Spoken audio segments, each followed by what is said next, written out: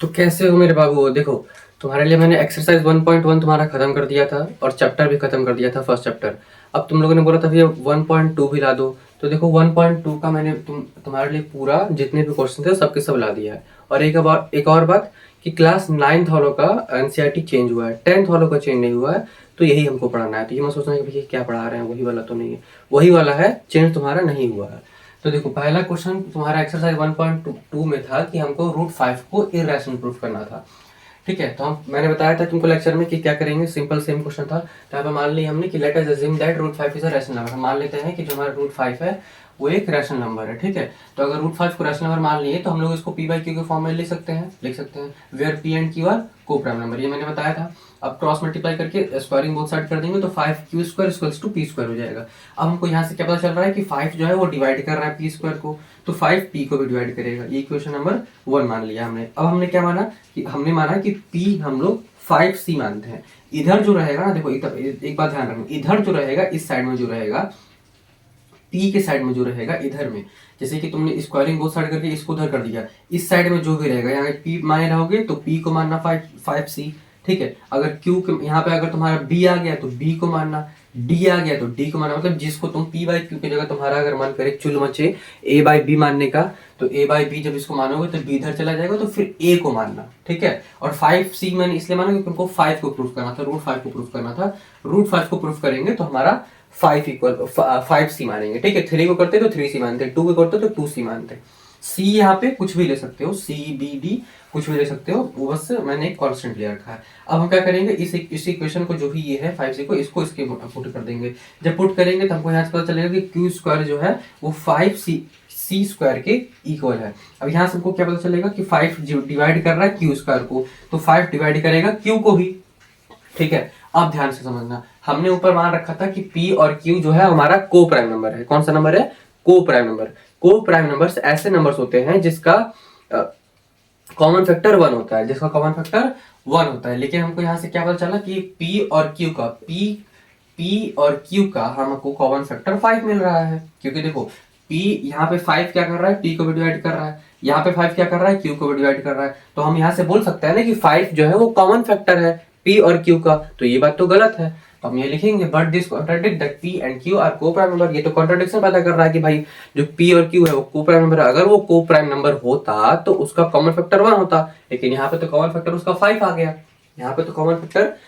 गया। इसलिए हम लिखेंगे कि this contradict that p and q are coprime number. This contradiction has arisen. ये कॉन्ट्राडिक्शन इसलिए अराइज हुआ है क्योंकि हमने इनकरेक्ट एजम्पशन मान रखा था कि जो हमारा √5 है वो एक रैशनल नंबर है। इसीलिए इसको हटा करके ये लिख लेना कि this conclude that √5 is an irrational number. ठीक है, हमको यहाँ से क्या पता चलता है कि हमारा जो √5 है वो एक इरेशनल नंबर है। यहाँ से हमारा हेंस प्रूव्ड हो गया। ठीक है, अब देखो फिर से एक लास्ट और समझ लो क्या करना था। हाँ, अगर कोई भी क्वेश्चन में रूट इरेशनलिटी प्रूफ करने के लिए आ जाए तो पहले उसको मान लोगे कि वो एक रैशनल नंबर है। अगर उसको रैशनल नंबर मान लोगे तो उसको p बाई क्यू या फिर a by B, c by D, किसी भी एक कांस्टेंट में मान सकते हो। हमने p बाई क्यू मान लिया, p बाई क्यू माना तो p और q एक को प्राइम नंबर होता है, हमको ये पता है।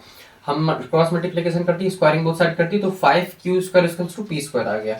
अब हमको यहाँ से पता चल रहा है कि जो 5 है डिवाइड कर रहा है p² को, तो 5 डिवाइड करेगा p को भी। अब हम क्या करेंगे, इस साइड में जो होगा उसको एक कांस्टेंट और एक ये तो कांस्टेंट तो था ही 5, और एक वेरिएबल के फॉर्म मान लेंगे। तो p इक्वल्स टू 5 से हमने मान लिया। अब क्या करेंगे, इसको इसके अंदर पुट कर देंगे। जब पुट करेंगे तो हमको यहाँ से पता चला कि जो q² है ये q है। ठीक है, ये q है, q² जो है वो 5c² के इक्वल है। तो हमको यहाँ से क्या पता चला कि जो 5 डिवाइड कर रहा है q² को, 5 डिवाइड कर रहा है q को भी। यहाँ इन दोनों इक्वेशन से हमको ये पता चला कि जो 5 है वो एक को प्राइम नंबर है, सॉरी जो 5 है वो एक कॉमन फैक्टर है p और q का। लेकिन 5 उस कॉमन फैक्टर नहीं हो सकता है क्योंकि हमारा p और q एक को प्राइम नंबर है। ये कॉन्ट्रडिक्शन पैदा कर रहा है, ये गलत बात है। इसलिए हमने लिखा कि but this contradict that p and q are coprime numbers.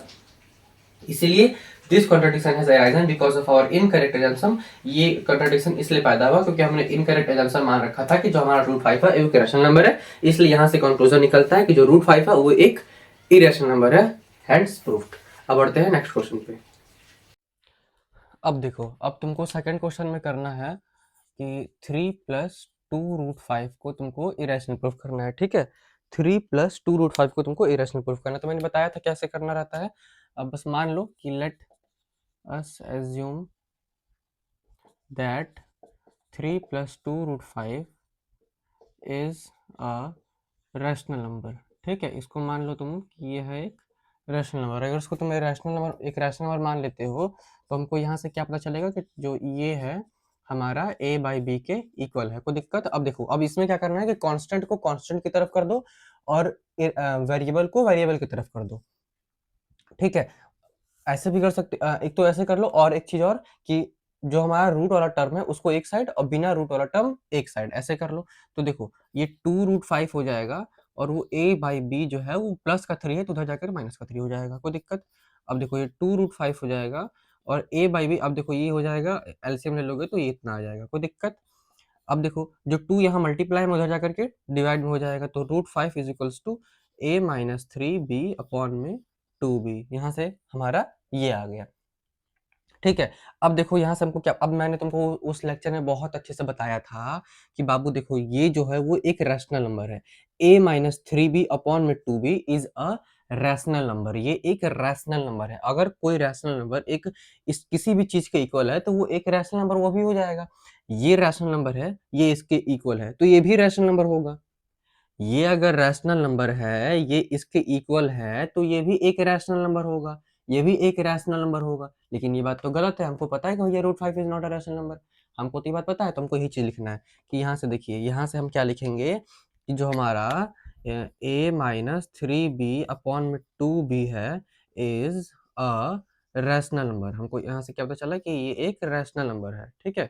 यहाँ से एक रैशनल नंबर है, तो अगर ये एक रैशनल नंबर है तो ये भी एक रैशनल नंबर होगा।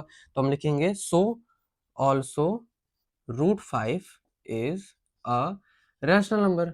अगर वो इसके इक्वल है तो वो भी एक रैशनल नंबर होगा। लेकिन हमको तो पता है कि √5 is not a rational number, तो हम ये यही चीज को लिखेंगे, but this contradict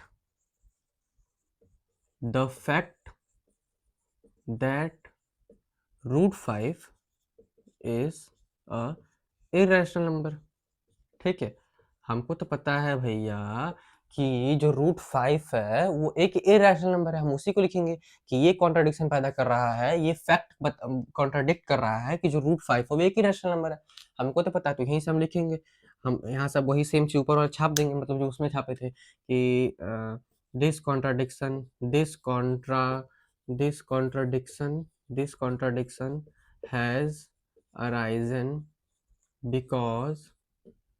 because of our incorrect assumption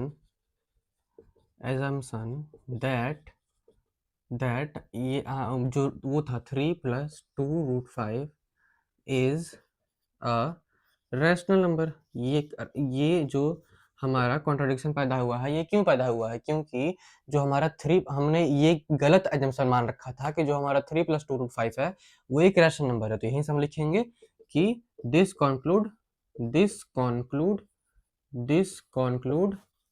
that 3 + 2√5 is a rational number. Oh, sorry, is irrational number, is a irrational number, ठीक है, irrational number, ठीक। इस तरह से हमको ये क्वेश्चंस को प्रूफ करना था। फिर से क्वेश्चन समझ लो, तुमको बोला था कि 3 + 2√5 को तुमको इरेशनल प्रूफ करना था। हमने पहले इसको मान लिया कि वो रैशनल नंबर है। अब जब अब इसको जब रैशनल नंबर मान ली, तो हाँ यहाँ पे एक चीज और लिख लेना कि जो a एंड b आर को प्राइम, ठीक है।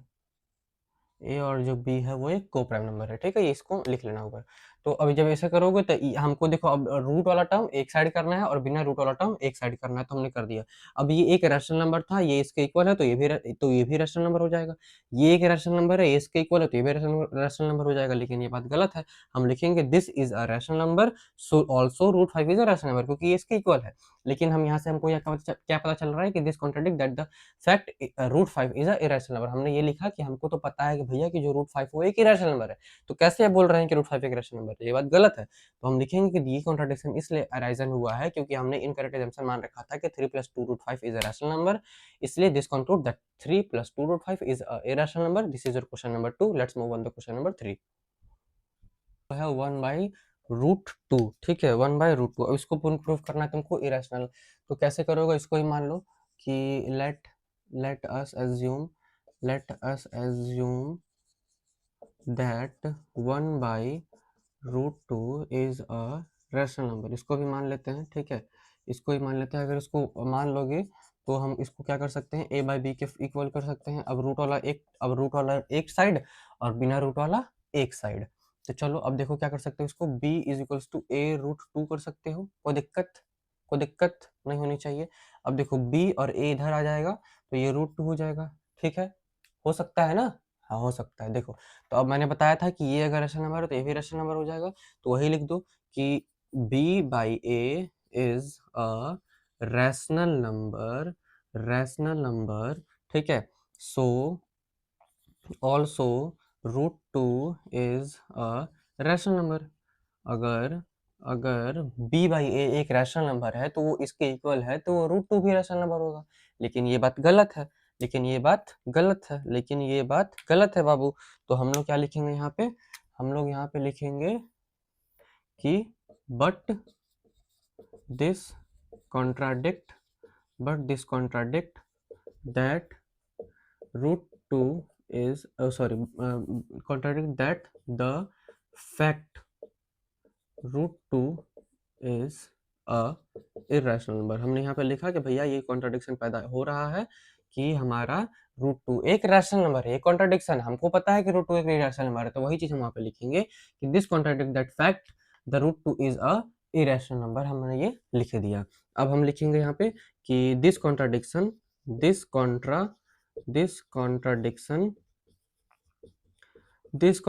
has arisen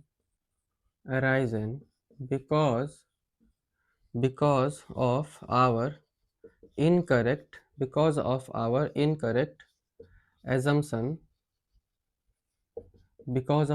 incorrect assumption that जो हमारा 1/√2 है, 1/√2 इज अ रैशनल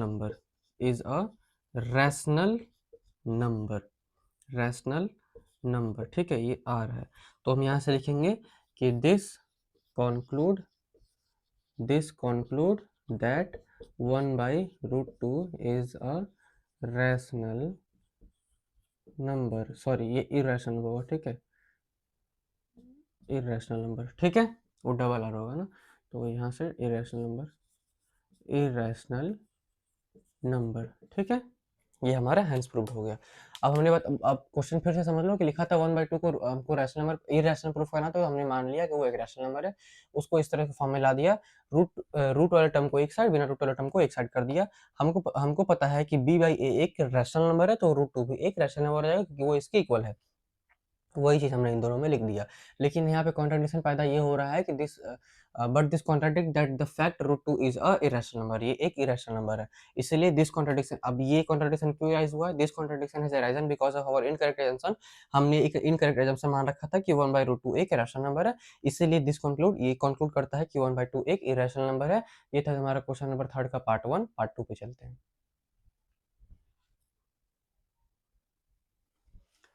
अब देखो, तुमको सेकंड पार्ट में तुमको करना था कि 7√5 को तुमको इरेशनल प्रूफ करना था, तो मैंने वही सेम चीज़ कर दिया। देखो, मैंने ये सारी चीज़ें इसलिए पहले से लिख दी क्योंकि तुम्हारा टाइम वेस्ट ना हो, ज़्यादा बड़ा वीडियो बन जाता है इसलिए।